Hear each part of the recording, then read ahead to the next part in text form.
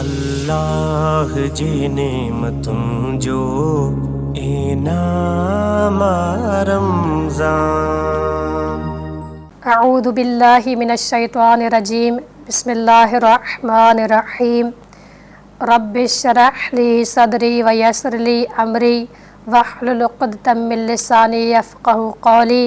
ला हौला वला कुव्वता इल्ला बिल्लाहिल अलिय्यिल अज़ीम। व सल्लल्लाहु अला मुहम्मदिन व आलिहि तय्यबीन ताहिरीन। अम्मा बअद फ़क़द क़ाल रसूलुल्लाह सल्लल्लाहु अलैहि व आलिहि वसल्लम इन्नल हसनु वल हुसैनु इमामानी क़ामा औ क़अदा। नाज़रीन इकराम सलामुन अलैकुम व रहमतुल्लाह। नाज़रीन, असां हिन सिंध टीवी जे प्रोग्राम फ़ज़ाइल माह मुबारक रमज़ान में हिकु दफ़ो ॿीहर हिकु नए मौज़ू सां तव्हांजे ख़िदमत में हाज़िर थिया आहियूं। नाज़रीन, जीअं त अॼु माह मुबारक रमज़ान जी 15 तारीख़ आहे, असांखे रवायतुनि में ऐं किताब तारीख़नि में इहो ई ॿुधायो थो वञे त हिन बाबरकत महीने में, हिन फ़ज़ीलतनि ऐं रहमतनि महीने जे 15 तारीख़ ते रसूल ख़ुदा सल्लल्लाहु अलैहि व आलिहि वसल्लम जो नवासो, रसूल अकरम जो ॾोहिटो रहमतुल आलमीन जी यानी न्याणीअ जो पहिरियों पुटु जंहिंजो नालो हसन मुजतबा अलैहिस्सलाम आहे, उन जी पैदाइश इन माह मुबारक रमज़ान जी 15 तारीख़ ऐं 3 हिजरी में थी आहे। नाज़रीन, ही माह मुबारक रमज़ान जी हिकिड़ी ख़ुसूसियत इहा आहे जो हिन माह मुबारक रमज़ान में ख़ुदावंद आलम पंहिंजे जेके किताब नाज़िल कया अथसि, उन्हनि किताबनि जो सरदार क़ुरान मजीद नाज़िल थिए थो। क़ुरान मजीद छा आहे? सामित क़ुरान आहे ऐं ॾिसंदा हलूं त नातिक़ क़ुरान गोशे रसूल हसन मुजतबा आहिनि, जंहिंजी पैदाइश, जंहिंजी विलादत हिन माह मुबारक रमज़ान जे 15 तारीख़ ते थिए थी। रवायतूं इहो ई ॿुधाइनि थियूं, तारीख़ जा किताब इहे ई असांखे ॿुधाइनि था त ही गोशे रसूल, गोशे बतूल हसन मुजतबा अलैहिस्सलाम 15 माह मुबारक रमज़ान 3 हिजरी मदीना मुनव्वरा में पैदा थियनि था। जॾहिं ही रसूल जो ॾोहिटो पैदा थिए थो त उन वक़्तु अस्मा बिनते उमैस खां रवायत नक़ल थियल आहे त उहा ॿुधाए थी त मां हसन मुजतबा खे हिकु पीले कपिड़े में वेढ़े करे पंहिंजी झोली में खणी वेठी हुअसि त पैगम्बर अकरम रहमतुल आलमीन हज़रत मोहम्मद मुस्तफ़ा सल्लल्लाहु अलैहि वसल्लम तशरीफ़ खणी था अचनि ऐं ख़ुदा जो हबीब इहो ई फ़रमाए थो, ऐं अस्मा मुंहिंजो नूर नज़र, मुंहिंजो ॾोहिटो मुंहिंजे झोली में खणी अचु। त उन वक़्तु जनाबी अस्मा मौला हसन खे खणी था अचनि ऐं मौला रसूल ख़ुदा खे ॾियनि था। त उन वक़्तु रसूल ख़ुदा सल्लल्लाहु अलैहि वसल्लम इहो ई फ़रमाइनि था त मां मना कयो हुयो त मुंहिंजे हिन ॾोहिटे खे पीले कपिड़े में न वेढ़िजो। उन खां बाद में पंहिंजे नवास खे खणी करे पैगम्बर इस्लाम हसन अलैहिस्सलाम जे कन में अज़ान ॾियनि था। सॼे कन में अज़ान ॾेई करे खॿे ॿिनि कन में अक़ामत चवनि था। अक़ामत चई करे ख़ुदावंद आलम जे हुकुम सां हिन शहज़ादे जो नालो हसन रखनि था। त नाज़रीन, ॾिसंदा हलूं त ही जेको नवासे रसूल आहे ऐं ज़हरा जो लख़्ते जिगर आहे, ही जॾहिं पैदा थिए थो त अलियो ज़हरा जे घर में केतिरे क़दुरु ख़ुशियूं थियूं अचनि। असांखे जेके किताबनि में मौला हसन मुजतबा अलैहिस्सलाम जा कुझु लक़ब मिलनि था, उन्हनि मां चंद तव्हांजे ख़िदमत में बयानु कंदी हलां त इमाम हसन जंहिंजी पैदाइश हिन माह मुबारक रमज़ान जंहिंजे 15 तारीख़ थिए थी, त उहो हसन जंहिंजा लक़ब आहिनि सैयद, मुजतबा, वली ऐं तय्यब, उनखां अलावा ज़की ऐं तक़ी आहिनि। रसूल ख़ुदा इमाम हसन अलैहिस्सलाम खे अबा मुहम्मद जी कुनियत सां सॾींदा हुया। नाज़रीन इकराम, ॾिसंदा हलूं त जॾहिं मौला हसन अलैहिस्सलाम 1 साल जा थियनि था त उन वक़्तु जनाबे ज़हरा सलाम अलैहा जेका हसन जी वालिद गिरामी आहिनि, मौला हसन सां प्यार मोहब्बत सां उनखे रांदि करे खिॾाए रहिया आहिनि। त उन वक़्तु जनाबे ज़हरा इहो ई पंहिंजे रख़्ते जिगर हसन मुजतबा खे फ़रमाइनि थियूं त ऐं हसन, तोखे पंहिंजे बाबा वांगुरु घर में आज़ादाना तरीक़े सां रहणो आहे ऐं हसन तोखे फ़क़ति ख़ुदावंद आलम जी इबादत करणी आहे ऐं ख़ुदा जे नेमतनि ते शुक्र अदा करणो अथई। ऐं जेके बि माण्हू कीनो रखनि था पंहिंजे दिलि में ऐं हसन तोखे उन्हनि माण्हुनि खां परे रहणो आहे। त नाज़रीन किराम, 1 साल जो ॿारु आहे। मौला हसन अलैहिस्सलाम 1 साल जा आहिनि त जनाब ज़हरा पंहिंजे लख़्ते जिगर मौला हसन मुजतबा खे इहे नसीहतूं कनि थियूं त हसन तोखे पंहिंजे बाबा अली शेर ख़ुदा वांगुरु रहणो आहे। उन वांगुरु ई तोखे आज़ादाना ऐं हक़ ते अमल कंदे तोखे ज़िंदगी गुज़ारणी आहे। ख़ुदावंद आलम जी इबादत करणी आहे ऐं अलाह ताला जे ई नेमतनि, जेको ख़ुदावंद आलम नेमतनि जो मालिक आहे, उन ते तोखे शुक्र अदा करणो आहे।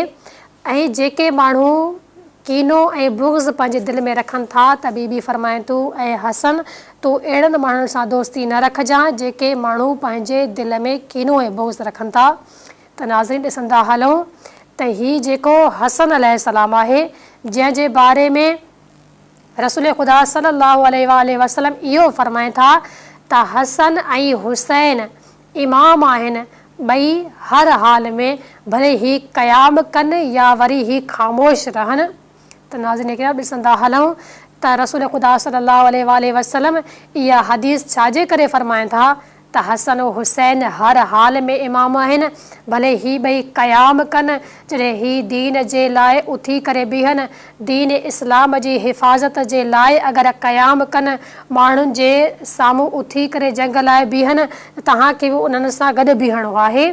वरी जॾहिं ही ख़ामोश रहनि, जिते दीन जे लाइ, दीन इस्लाम लाइ ख़ामोश रहनि, तव्हांखे बि इन्हनि सां गॾु ख़ामोश रहणो आहे। जॾहिं ही दीन लाइ क़याम कनि, दीन लाइ ख़ामोश रहनि, त रसूल ख़ुदा सल्लल्लाहु अलैहि वसल्लम छा था फ़रमाइनि त ॿिन्ही हालतुनि में इहे इमाम आहिनि। ख़तमी मर्तबत जे इन हदीस मां असांखे इहो ई सम्झ में अचे थो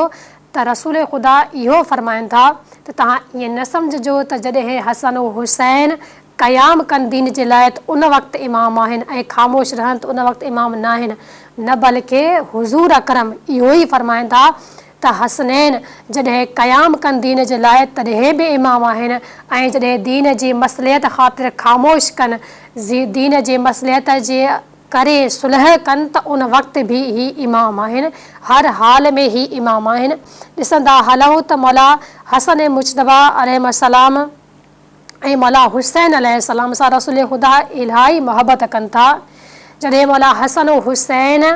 नंढा आहिनि त रसूल ख़ुदा उन्हनि खे सीने सां लॻाए करे इहो ई फ़रमाइनि था त जेको बि इंसानु हसनैन सां मोहबत रखंदो त उहो मूं सां मोहबत रखे थो, ऐं जेको बि इंसानु हसनैन हसन ऐं हुसैन सां बुग़्ज़ रखंदो, उन्हनि जे तरफ़ खां पंहिंजे दिलि में कीनो रखंदो, त उहो इंसानु ॼण त मूं सां बुग़्ज़ थो रखे ऐं मूं सां दुश्मनी थो रखे। नाज़रीन, मौला हसन मुजतबा अलैहिस्सलाम जे बारे में ऐं मौला हुसैन अलैहिस्सलाम जे बारे में हुज़ूर अकरम सल्लल्लाहु अलैहि वसल्लम इहो ई फ़रमाइनि था त हसन ऐं हुसैन मूंखे प्यारा आहिनि, जेको बि हिननि सां मोहबत कंदो, हिननि जो एतिराम, हिननि जी मोहबत पंहिंजे दिलि में रखंदो, त ॼण त हू मूं मुहम्मद सां मोहबत रखे थो, ऐं जेको बि इन्हनि जे तरफ़ खां पंहिंजे दिलि में बुग़्ज़ ऐं कीनो रखंदो, ॼण त हुन मूं मुहम्मद जे तरफ़ां पंहिंजे दिलि में बुग़्ज़ ऐं कीनो रखियो आहे। त नाज़रीन ॾिसंदा हलूं त मौला हसन मुजतबा अलैहिस्सलाम अञा 7 सालनि जा आहिनि त रसूल ख़ुदा सल्लल्लाहु अलैहि वसल्लम सां गॾु मस्जिद नबवी में वञनि था। मस्जिद नबवी में जॾहिं हुज़ूर अकरम सल्लल्लाहु अलैहि वसल्लम ख़ुतबा ॾियनि था, उन वक़्तु ख़ुदा जे हबीब ते, ख़ुदा जे नबी ते ख़ुदा जे तरफ़ां जॾहिं आयतूं नाज़िल थियूं थियनि, क़ुरान मजीद जूं सूरह नाज़िल थियूं थियनि, त हसन मुजतबा उहे आयतूं ॿुधनि था ऐं उन्हनि आयतनि खे रसूल ख़ुदा जो नवासो यादि करे अची करे घर में पंहिंजी माउ खे ॿुधाए थो। हिकु दफ़ो हसन मुजतबा अलैहिस्सलाम आयतूं यादि करे अची करे जनाब ज़हरा खे ॿुधाइनि था त मौला अली अलैहिस्सलाम कुझु टाइम खां बाद में घर था अचनि, त जनाब ज़हरा उहे ई आयतूं मौला अली अलैहिस्सलाम खे ॿुधाइनि था। त उन वक़्तु मौला अली अलैहिस्सलाम इहो पुछनि था त ऐं ज़हरा तोखे हीअ आयतूं कंहिं ॿुधायूं आहिनि, त उन वक़्तु जनाब ज़हरा सलामुल्लाह अलैहा इहो ई फ़रमाइनि थियूं त या अली, तव्हांजे फ़र्ज़ंद हसन मूंखे इहे आयतूं ॿुधायूं आहिनि। रवायतूं ॿुधाइनि थियूं त हिकु दफ़ो मौला अली अलैहिस्सलाम जॾहिं रसूल ख़ुदा जे इन खुतबे खां वापसि अचनि था घर, त जल्दी में अची करे पंहिंजे घर में हिकु परदे जे पोयां लिकी ऐं वेही था रहनि। जॾहिं मौला हसन ऐं मुजतबा घर में अचनि था ऐं उहे ई आयतूं यादि करे पंहिंजी माउ खे ॿुधाइणु चाहिनि था, जॾहिं ॿुधाइण जी कोशिशि कनि था त उन वक़्तु मौला हसन आयतूं सही नमूने सां ॿुधाए नथा सघनि, यानी ज़बान में ताक़त नथी थिए त उहे आयतूं ॿुधाए सघनि। त उन वक़्तु मौला हसन इहो फ़रमाईंदा त अम्मा, मूंखे महसूसु थो थिए त हिते काई बुलंद हस्ती मौजूदु आहे, इन जी वजह सां मां क़ुर जूं आयतूं तव्हांखे पढ़ी नथो ॿुधाए सघां। त उन वक़्तु हदीसूं ॿुधाइनि थियूं, रवायतूं ॿुधाइनि थियूं त मौला अली अलैहिस्सलाम परदे जे पोयां खां निकिरी था अचनि ऐं अची करे मौला हसन ऐं मुजतबा खे पंहिंजे झोली में विहारे करे ऐं प्यारु ॾियनि था ऐं फ़रमाइनि था त ऐं हसन, मां ई हुयसि जो परदे जे पोयां वेठो हुअसि, त ॾिसां त अॼु हसन कीअं थो अची करे पंहिंजी माउ खे इहे आयतूं ॿुधाए थो, जेके आयतूं हुज़ूर अकरम मस्जिद नबवी में ख़ुतबो ॾींदे ॿुधायूं आहिनि। त नाज़रीन, ॾिसंदा हलूं त मौला हसन अलैहिस्सलाम जो इहो बचपन हुयो ऐं मौला जी इबादत ॾांहुं ॾिसूं त रवायतूं ॿुधाइनि थियूं जॾहिं बि नमाज़ जो टाइम थींदो हुयो त ज़हरा जो लख़्ते जिगर पैगम्बर अकरम जो नवाज़ हो। नमाज जो टाइम थींदो हुयो त मौला हसन ऐं मुजतबा जे जिस्म जो रंग ज़र्द थी वेंदो हुयो ऐं उन वक़्तु मौला वुज़ू करे पंहिंजे घर जे दरवाज़े ते पहुचंदा हुया त आसमान ॾांहुं निहारींदा हुया ऐं निहारे करे इन मां निहारण सां इहो महसूसु थींदो हुयो त ख़ुदावंदे आलम जे ख़ौफ़ खां निहारनि था, त ख़ुदावंदे आलम जी जेका इबादत असां ते फ़र्ज़ु आहे असां उन अमानत खे अदा करण था वञूं। त नाज़रीन, रवायतूं असांखे इहे ॿुधाइनि थियूं त मौला हसन ऐं मुजतबा अलैहिस्सलाम एतिरे क़दुरु सखावत कंदा हुया, सखावत एतिरे क़दुरु कंदा हुया जो ॿ दफ़ा पंहिंजे घर जो पूरो सामान ख़ुदावंदे आलम जे राह में ॾेई छॾियनि। हाणे ॾिसंदा हलूं त सखी आख़िर केरु हूंदो आहे, सखावत करण वारो सखी केरु हूंदो आहे? सखी उनखे चयो वेंदो आहे जेको पाण बि खाए ऐं ॿियनि खे बि खाराए, जेको पाण बि पाए ऐं ॿियनि खे बि पाराए। इन हवाले सां ॾिसूं त करीम वरी उहो इंसानु आहे जेको पंहिंजी परवाह न करे बल्कि ॿियनि खे खाराए ऐं प्याराए। अहिड़े तरीक़े सां मौला हसन मुजतबा अलैहिस्सलाम खे करीम अहल बैत चए थो वञे, करीम इब्न करीम चए थो वञे। हिकु ॾिसंदा हलूं त 14 जेके मासूम आहिनि सभई करीम आहिनि, पर जेको करीम आहे उहो हसन मुजतबा सां मख़सूस आहे, छो जो मौला हसन पंहिंजी ज़िंदगी में अहिड़ी करामत ॾेखारनि था जो पंहिंजे ज़िंदगी में कोई साइल अचे थो, कोई ग़रीब अचे थो त उनखे पंहिंजे घर जो पूरो सामान ॾेई था छॾनि। रवायतूं इहे ॿुधाइनि थियूं त मौला हसन मुजतबा पंहिंजे ज़िंदगी में 2 दफ़ा पंहिंजे घर जो पूरो सामान ख़ुदा जी राह में ॾेई छॾियो आहे। नाज़रीन, मौला जफ़र सादिक़ अलैहिस्सलाम मौला हसन मुजतबा अलैहिस्सलाम जी इबादत ऐं ज़ुहद जे बारे में इहो फ़रमाइनि था त मौला हसन पंहिंजे ज़िंदगी में 25 हज प्यादा कया आहिनि, यानी 25 हज मौला हसन अलैहिस्सलाम कया आहिनि। ख़ुदावंदे आलम जी इबादत ॾांहुं एॾी तवजह ऐं एॾी मोहबत, एॾो जज़्बो त मां ख़ुदा जे हज करणु वञा, ख़ुदावंदे आलम जे काबतुल्लाह जी ज़ियारत करणु वञा, तॾहिं बि पैदल वञा। 25 हज मौला हसन मुजतबा अलैहिस्सलाम प्यादा वञी करे ज़ियारत खाना काबा करे आया आहिनि। त नाज़रीन इकराम, मौला हसन मुजतबा अलैहिस्सलाम अहिड़ा सखी ऐं अहिड़ा करीम आहिनि जो ख़ुदावंदे आलम जी राह में पंहिंजो माल पूरो जो पूरो ॾेई था छॾनि। ॾिठो थो वञे त मौला हसन दरगुज़र करण में अहिड़ा करीम आहिनि ऐं अहिड़ो अख़लाक जे अज़ीम दर्जे ते फ़ाइज़ आहिनि। इन जे करे हुज़ूर अकरम सल्लल्लाहु अलैहि वसल्लम इहो ई था फ़रमाइनि त हसन हुसैन ॿई जन्नत जे जवाननि जा सरदार आहिनि, छो जो जेको बि इंसानु भले बुज़ुर्ग थी करे दुनिया मां हलियो वञे पर उहो ज़ईफ़ हुजण जे बावजूदि जॾहिं जन्नत में आंदो वेंदो त उहो इंसानु जवान हूंदो, न कि ज़ईफ़ हूंदो। त यानी हसनैन करीमैन जवाननि जा सरदार हूंदा, न कि ज़ईफ़नि जा सरदार हूंदा। त नाज़रीन ॾिसंदा हलूं त मौला हसन मुजतबा जेके रसूल ख़ुदा सल्लल्लाहु अलैहि वसल्लम जा नवासा आहिनि, जंहिंजे बारे में रसूल ख़ुदा इहो ई फ़रमाइनि था त हसन मूं मां आहे ऐं मां हसन मां आहियां। याने हसन त मुंहिंजी औलाद मुंहिंजे नस्ल मां आहे, पर मां हसन मां कीअं आहियां, याने हसन मुंहिंजे इन पैगाम खे, मुंहिंजी सुनत खे ॼाणींदो। ऐं हसन मुंहिंजो जेको तबलीग आहे, मुंहिंजो इस्लाम जेको मूं आंदो आहे उन जी तबलीग कई आहे, उन तबलीगात खे हसन ज़िंदा कंदो ऐं उन तबलीगात इस्लामी ते अमल कंदो, उन्हनि जी तकमील जे लाइ कोशिशि कंदो। त नाज़रीन ॾिसंदा हलूं त मौला हसन मुजतबा अलैहिस्सलाम सखी इब्न सखी आहिनि, करीम इब्न करीम आहिनि। जहिड़े तरीक़े सां मां तव्हांजी ख़िदमत में ॿुधाए चुकी आहियां त करीम उन हस्ती खे चइबो आहे जेको पंहिंजी परवाह न करे, याने पाण न खाए न पीए बल्कि ॿियनि खे ॾिए, उहो करीम अहल बैत इमाम हसन मुजतबा अलैहिस्सलाम आहिनि, जेके नवासा रसूल ऐं रसूल जो ॾोहिटो, रसूल जो लख़्ते जिगर आहे, जंहिंजे बारे में मौला रसूल ख़ुदा इहो ई फ़रमाइनि था त हसन ऐं हुसैन इमाम आहिनि, हर हालत में इमाम आहिनि, भले इहे क़याम कनि या ख़ामोश रहनि, ॿिन्ही हालतुनि में इमाम आहिनि। इन नाते खे क़ुरान जी पैदाइश हिन माह मुबारक रमज़ान में थी आहे त असांखे हिन माह मुबारक रमज़ान में हिकु ख़ुशी जो मौक़ो इहो थो मिले त रसूल जे नवासे जी पैदाइश हिन माह जी 15 तारीख़ आहे। त नाज़रीन ही सखी ऐं करीम जंहिंजे बारे में रवायतूं ॿुधाइनि थियूं त हिकु दफ़ो हिकिड़ो साइल मौला अली अलैहिस्सलाम वटि अचे थो ऐं अची करे इहो ई थो चवे त मौला मूंखे कुझु खाइण लाइ अता कयो। त उन वक़्तु मौला अली वटि जव जी मानी सुकल पयल हूंदी आहे, मौला उहो खणी करे उनजे साम्हूं पेश कंदा आहिनि ऐं मौला इहो ई फ़रमाईंदा आहिनि त मां हीअ सुकल मानी ते ई गुज़ारो कंदो आहियां, तव्हां अचो हिन में खायो ऐं हिन मां ई खायो। त उन वक़्तु उहो साइल चवंदो आहे त मौला मां हीअ सुकल मानी कोन खाए सघंदसि। त मौला अली अलैहिस्सलाम उन साइल खे ॾेखारनि था त वञो साम्हूं हिकिड़ो घरु अथव, उते हिकु सखी रहंदो आहे, हिकिड़ो करीम रहंदो आहे जेको साइलनि खे खाधो खाराईंदो आहे, तव्हां बि वञो, तव्हांखे बि खाधो उते ॾिनो वेंदो। जॾहिं उहो साइल वञे थो त जॾहिं उतां खाधो पंहिंजे लाइ वठे थो त मौला हसन मुजतबा इहो ई था फ़रमाइनि ऐं साइल जेतिरो खाइणो अथई खा। त ॾिसे थो मौला त हू साइल खाईंदो थो वञे पर कुझु खाधो पंहिंजे उन गोथरी में विझंदो थो वञे, पंहिंजो जेको अथसि जेको खणी आयो आहे, मसलन काई शइ खणी आयो आहे जंहिंमें उहो विझंदो थो वञे। त उन वक़्तु मौला हसन मुजतबा फ़रमाए था त इहो कंहिंजे लाइ थो विझी। त उन वक़्तु उहो शख़्स चवे थो, उहो साइल चवे थो त ऐं मौला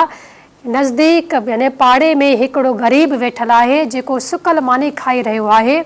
मां उन जे लाइ ई खाधो खणी थो वञा। त मौला हसन मुजतबा इहो ई था फ़रमाइनि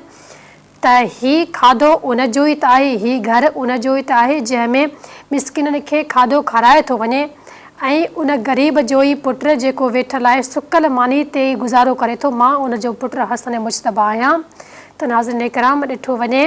त मौला अली अलैहिस्सलाम सुकल मानी ते गुज़ारो कनि था ऐं सखावत ऐं करीमी ॾिसूं था त मौला हसन मुजतबा